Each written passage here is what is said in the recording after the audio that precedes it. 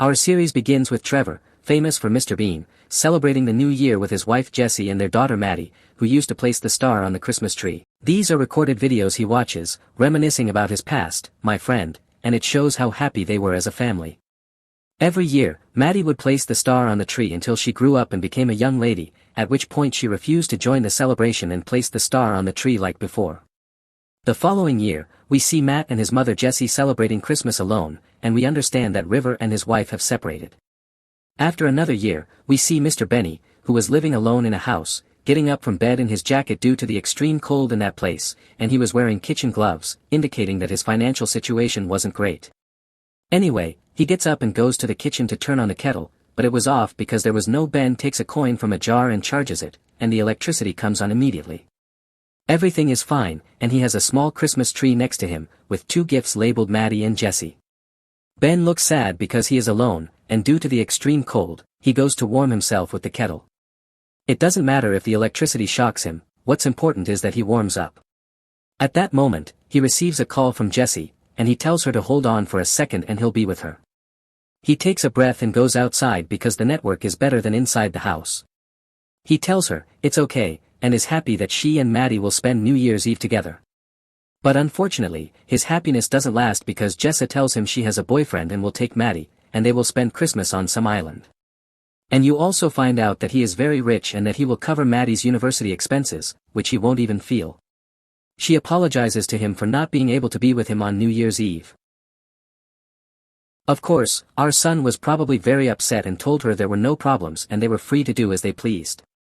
As for Maddie's expenses, he is covering them and no one else will pay them. But at that time he receives warnings from the bank because he has a lot of money that must be paid.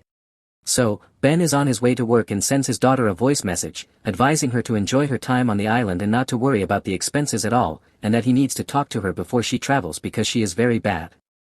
After that, he goes to the school where he works as a supervisor, meaning he does anything in the place, starting with bringing the chairs needed for the play that will be performed today for Christmas. Then they ask him to make a sign to hang on the stage and also to prepare the decorations that will be done in the stable. They tell him to fix the star that will be hung on the Christmas tree, and then he makes tea. But the principal calls him and says, "Come to my office, I need to talk to you." However, Diana interrupts them and tells the principal that the patients will bring the truth to the play. From their conversation, we learn that they will bring Joe, their friend, whose 8-month-old daughter will participate in the play. Anyway, the principal takes Bill to her office, pours him a drink, and says, "To your health. And now, today is my last day at school." After a while, they show up and hang the star. When the bell rings, he goes to open the door and is surprised to find a small child there. He keeps looking for anyone who might be able to help him but can't find anyone. He thinks this is John's child who will participate in the play. He tells Diana about it, and she says to put the child in the bed on the stage. Then the play begins. The important thing is that he is shocked to find his daughter's expenses amounting to $9,250. He opens his account, which only has 100 and some change, and that's what saved him. But God opens a door for him, and he receives a call from a service office where he had left his number a while ago. They offer him to stay in a luxurious house for rich people for just 2 days. However, he refuses and is surprised that they still have his number. But as soon as the man tells him that the 2 days are worth $10,000, he is shocked, and the star's rope falls from his hand. Of course, he immediately agrees and takes the address from him, which is in London, and it will be today at 5 o'clock. After the play ends, he starts. He was just about to leave when he heard a small child crying. When he went back, he found the child he had seen in front of the door in the morning and wondered how his mother had forgotten him. He went to the manager's office, thinking her name was John, retrieved her number from the computer, and called her, but she didn't answer. She had left a recorded voicemail, so he had to go to her house. There, John came out with her child and apologized because the child hadn't attended the play since he had fallen ill suddenly, and so the child with Ben is unknown to his parents. Quickly, Ben calls the principal and explains the situation to her, but she apologizes as well because she is traveling and doesn't have time to solve the problem. However, she promised to send a message to the group of mothers to see if anyone knows who the child's mother is. From there, Ben calls the police and informs them of his situation. They realize that the weather isn't great and that they will send a patrol car within 4 hours. Of course, Ben refuses because he is supposed to leave for London immediately, and since time is not on his side at all, the police tell him to contact social services and they will reach him as soon as possible. He indeed calls them and the employee answers. Ben explains the situation to him and that he needs to leave within 45 minutes. The employee, God bless him, said, "Give me the address, and I will deliver him myself." Then the bell rang, and when he opened the door, he found the social worker who came to deliver the child. Unfortunately, the child had disappeared again, so Ben started searching for him but couldn't find him. He had to make strange noises to get the child's attention. But the employee thought he was crazy and told him, "When you find this child, if there is a child at all, call me and here's my card." As soon as he left, Ben found the child hiding under the table, so he took him and ran to catch the employee, who unfortunately had already gotten into his car and left. So Ben quickly goes back, takes the card, and calls the employee who left a voicemail saying he is on leave and won't return until after Christmas. Ben said there was no solution but to take the child himself to the social services center. He did that, but unfortunately, when he arrived, the place was completely closed, and there was no one inside. So he went back to his car, called the police, and informed them that he would take the child with him to London and asked if they could send someone there to receive the child from him. Then Ben went to the station. After a while, Bill arrives in London and goes to the house where he will be working. It is very beautiful, and he is shocked by its grandeur. He speaks to the manager through the screen, and she is the child's caretaker. When he learns that she won't come down herself to take the child, he insists on putting the child in the bag like this. Here, he meets the manager, who introduces herself. Her name is Pitera, and she thanks him for agreeing to work in the house. She says that the housekeeper had some personal circumstances and had to go back to her country. When she tells him to go ahead and enter the elevator, he stands next to her so she doesn't see the child in the bag. Of course, she finds his behavior strange, but she lets it pass for the day. She teaches him how to press the buttons with it. In the elevator, the child makes a noise and the supervisor wonders where the sound is coming from. But between us, he covers it up and imitates the child's sound. When they reach the apartment upstairs, the child keeps making noise, so Benny has to scold himself like this to silence him and let the night pass. The supervisor then says, "Come on, let me show you the apartment." So he quickly takes a breath, goes behind her, puts the bag with the child on the ground, and goes back to the supervisor, who starts showing him everything in the house, from the bedrooms to the display rooms to the office, and so on. Till they reach the place where they were standing at first, and the supervisor informs him that no child is allowed in the apartment. Suddenly the child who managed to get out of the bag appears and sits in that position. The woman is surprised and looks behind her, but the child has already gone to the other side of the apartment. When I tell him to come with me to the steam room, he finds the child's bottle and quickly throws it in the antique next to him. When the woman notices, he pretends to knock on the antique as if he is admiring it. And Ben doesn't know where the baby went and is looking for him. Of course, the woman isn't paying attention, and Ben finds him while she is in another world, talking to herself in the maid's room. He passes by her and puts the baby in the basket and covers him quickly before she sees him. Anyway, before she leaves, she reminds him for the millionth time to keep the key to the apartment because there is currently only one copy, and the other copy is with Collis. And the apartment's cleaner, who also took a vacation and won't be back until after the holiday, also gives him her card with her phone numbers. This is because she also took a vacation, and you know that the homeowners haven't been to this house for years, and it would be a real hassle if they decided to spend this holiday in the apartment. She takes a deep breath and leaves immediately, while Ben puts her phone on the charger. He finds the remote control for the statue he was embarrassed by, and he was very happy until he remembers the baby formula he put in the basket. He quickly runs to take it out, but his phone rings, so he has to put the formula back in the basket. He gets the alarm clock for the baby to play with while he checks his phone. When he answers the call, we find out that the police needed Benny's new address to pick up the baby. After that, he goes to look for some things he can use to change the baby's diaper. Then he discovers that there's no milk either, so he takes himself and the baby and goes down to the nearest store to buy some. After he's done, he takes the shopping cart because he found it easy to carry the baby in it. At that moment, he gets a call from a social services employee in London. At first, she checks on the baby and then tells Ben that she will come tomorrow to take him. He is very happy because he will finally be rid of him. Anyway, Ben goes back home, gets a cage from the kitchen, makes a bed for the baby. He then goes upstairs and sleeps after a long, tiring day. Unfortunately, the baby wakes up in the middle of the night and keeps crying. Ben tries everything to calm him down. After a while, the baby calms down and falls asleep, but as soon as he moves, the baby wakes up again.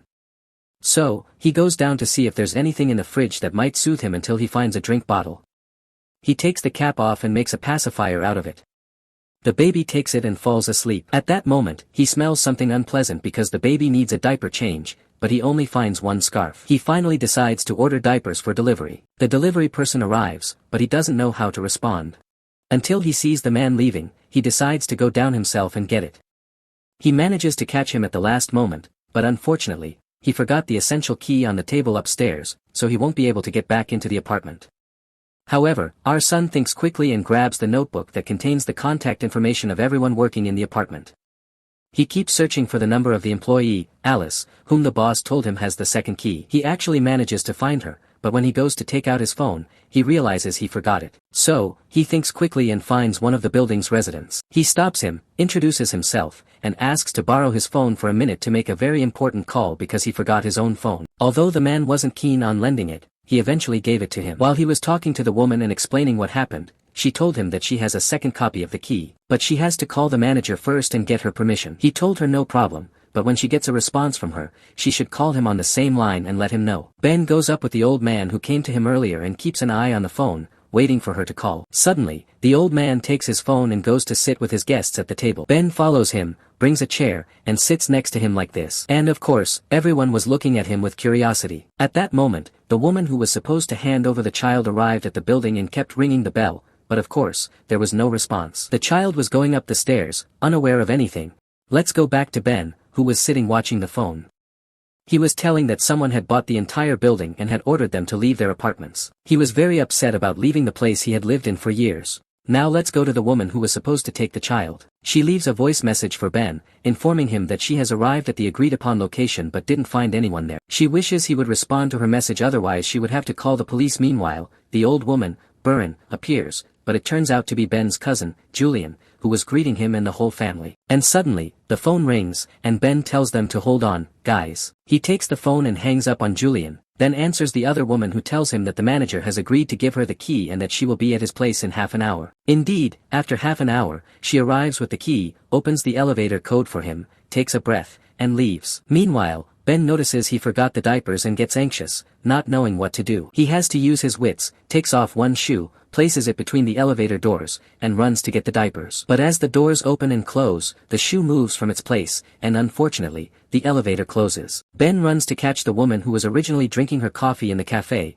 and as he runs and searches for her, she comes out, and seeing her is like his soul returning to him. At that moment, one of the building residents was with her dog until he sees the man leaving. He gets on the elevator where Ben was and we see the dog coming out with the shoe in its mouth thinking it was a toy. Meanwhile, the child had reached a very dangerous place like a tunnel where clothes are thrown. The laundry room under the apartment finally reaches the apartment and he keeps searching for the child. By God's grace he reaches the laundry room, hears a strange sound and suddenly finds the child in his hand, both of them on the ground. Thank God. And we see Ben leaving. A message for a woman named Georgia who apologizes for not being there when she arrived and asks her to come as soon as possible to pick up the child. After a while his daughter calls him on video and he is very happy because he spoke to her and goes to bed. However, he feels something strange moving in the place below, so he goes down to see what it is. He finds a man with his wife and their child and they were struggling to eat from the fridge. They are very scared and tense. When they see him at that moment, all he can think about is how they got to the apartment with only one key and the other one is with the housekeeper. The girl takes the key from her forehead and explains that they found it in the basement where they are temporarily living due to their difficult financial situation. They are actually good people and just came to get some food because they are hungry and have no money. They apologize profusely and the girl leaves the key on the table. As they are leaving, Ben calls out to them.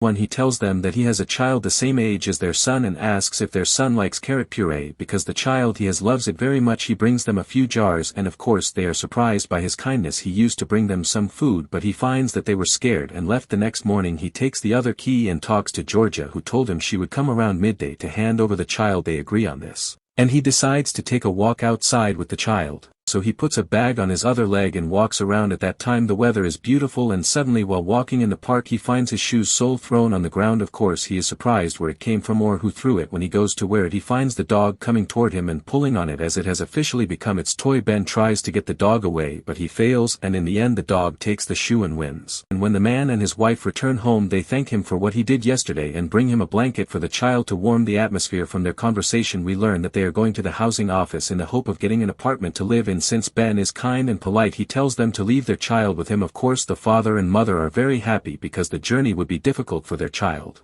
They hand their son over to Ben who is busy feeding them milk all at once. Like this he goes to get another bottle and puts the neighbor's son to sleep. After putting his own child to bed he also goes to sleep until the alarm rings and it's Georgia. Ben tells her to wait, he's going to get the baby right away. They take the baby and Ben rushes down with it. Georgia takes the baby for the paperwork and routine which is necessary. She takes the baby and leaves, but Ben calls out to her and asks, "Do you know what will happen to this baby later?"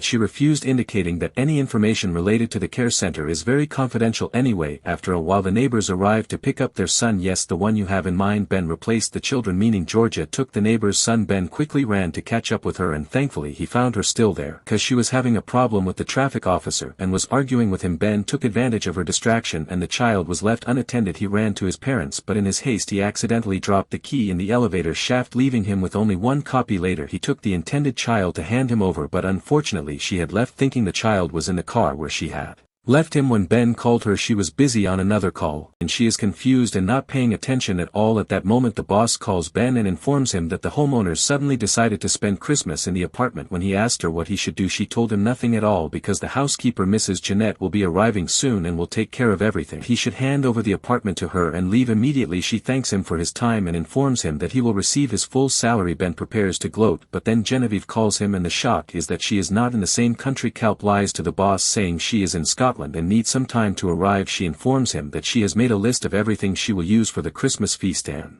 asks for his permission to go to the market to buy them until camera switches to Georgia, who finally realized that the kid is missing, so she screams and insists on calling the police. Now we go back to Ben, who goes to the market to get the groceries, even though there are a lot, because he loves helping everyone and he needs to buy some time in case Georgia comes back to him.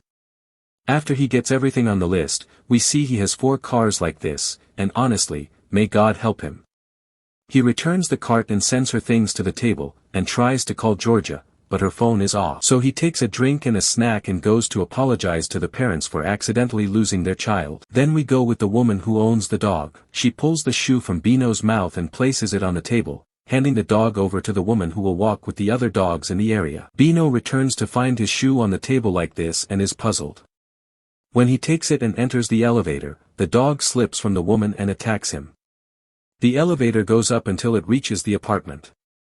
The woman takes the other dogs, and when Bino tries to reach her, he finds she has moved away. He writes a note to the dog's owner and hangs it in the elevator, informing her that the dog is with him and leaves. And when he returns to the apartment, the dog finds the expensive meat that he is by. It goes under the table and keeps gnawing at it with its teeth. Benny tries to make it leave it, but to no avail. So he takes out the keychain shaped like a shoe and tempts the dog with it. His plan works, and the dog leaves the meat and grabs the keychain.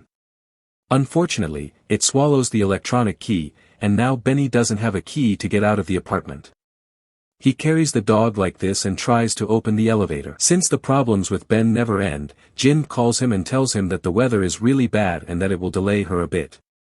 She also tells him that she ordered a Christmas tree and asks him to do the necessary decorations for Christmas Day. Of course, Ben agrees. After that, the dog's owner calls him after seeing the note and needs her dog. Ben lies to her and says that he is out on an errand and he will return in about 2 hours, which is enough time for the dog to do its business, and then Ben can take the key. We see him returning from the market after buying meat instead of the dog food, and in front of the elevator, he meets the elderly man who was very upset about leaving his apartment after 40 years. Anyway, when Ben enters the apartment, he finds the Christmas tree has arrived and is surprised by its large size. He wonders how he will decorate it alone, but Ben doesn't hesitate. He goes out, removes the statue from its place, puts the tree in the statue's place, and turns on the remote. The tree spins, and he can easily decorate it. Then, he notices that the dog finally wants to relieve itself, so he takes it outside. The dog does its business, and Ben picks up the dog's waste in a bag. He feels around until he finds the key, returns to the building, hands the dog back to its owner, and when he gets into the elevator, he takes out the bag with the key and opens it normally. She won't be able to make it because all the flights were cancelled due to bad weather. So, Ben quickly gets up and prepares the feast that is supposed to serve 14 people, and they will arrive at 5. From the preparations he is making, it is clear that he is very skilled and knows exactly what he is doing. After a long time, he manages to set a long table with all kinds of delicious dishes. The clock strikes 5, but unfortunately, no one arrives. Ben waits for 1, 2, 3 hours, and still, no one shows up, so, he calls the boss to find out the reason for the delay, and the surprise is that the family decided at the last moment to celebrate Christmas in a villa in New York. Suddenly, the doorbell rings. It's the officer who has finally come to deliver the baby. Ben goes down with the baby, but the officer tells him that this is not the same baby in the picture. Ben explains that the baby was swapped again and that the matter is complicated and needs an explanation. But the officer told him that he couldn't accept it and that he should wait for Georgia to come and handle it. And then, after a while, the father and mother arrive with gifts for Ben, and they thank him for everything he has done for them. At that time, Ben invited They have to eat with him because he made a lot of food, and of course, they agree. Then the old man arrives, and he also has the key to his apartment. He hands it over. And they are with the dog owner. Ben said to the old man, "You won't leave until I offer you a strong drink," and of course, the old man agrees. From here, a call comes from Jesse, informing them that their trip to the island has been cancelled due to bad weather. Currently in London, they are waiting for a car to take them home, and they are apologizing for not being able to celebrate Christmas with you. So Ben, who told her to bring Maddie and come to the apartment where he works, giving her the address. There, Georgia also arrived in a hurry. When Maddie and Jesse got there, they were shocked by the luxury of the house. As soon as Maddie saw her father, she challenged him immediately, and they were all extremely happy. Everyone gathered at the table, and they were all very joyful. After he was going to spend Christmas alone, he ended up gathering with many people, including his daughter. And he divorced her, and everyone was impressed by the kind-hearted and helpful Ben. But suddenly, they were shocked to find that the child was missing, and everyone started searching for him. In the end, they found him sleeping in the bed that Ben had made as part of the decorations. They were surprised to see him like that, and the child was very happy, to be honest. But when the bell rang and Ben asked who it was, the shock came, dear viewers. Yes, it was the people you expected, the family who changed their minds for the 1000th time and decided to celebrate Christmas in the apartment. And that's because they knew there was a big feast prepared, and it was impossible for them to miss it. Of course, Ben was shocked, and from here, our session comes to an end. Happy holidays.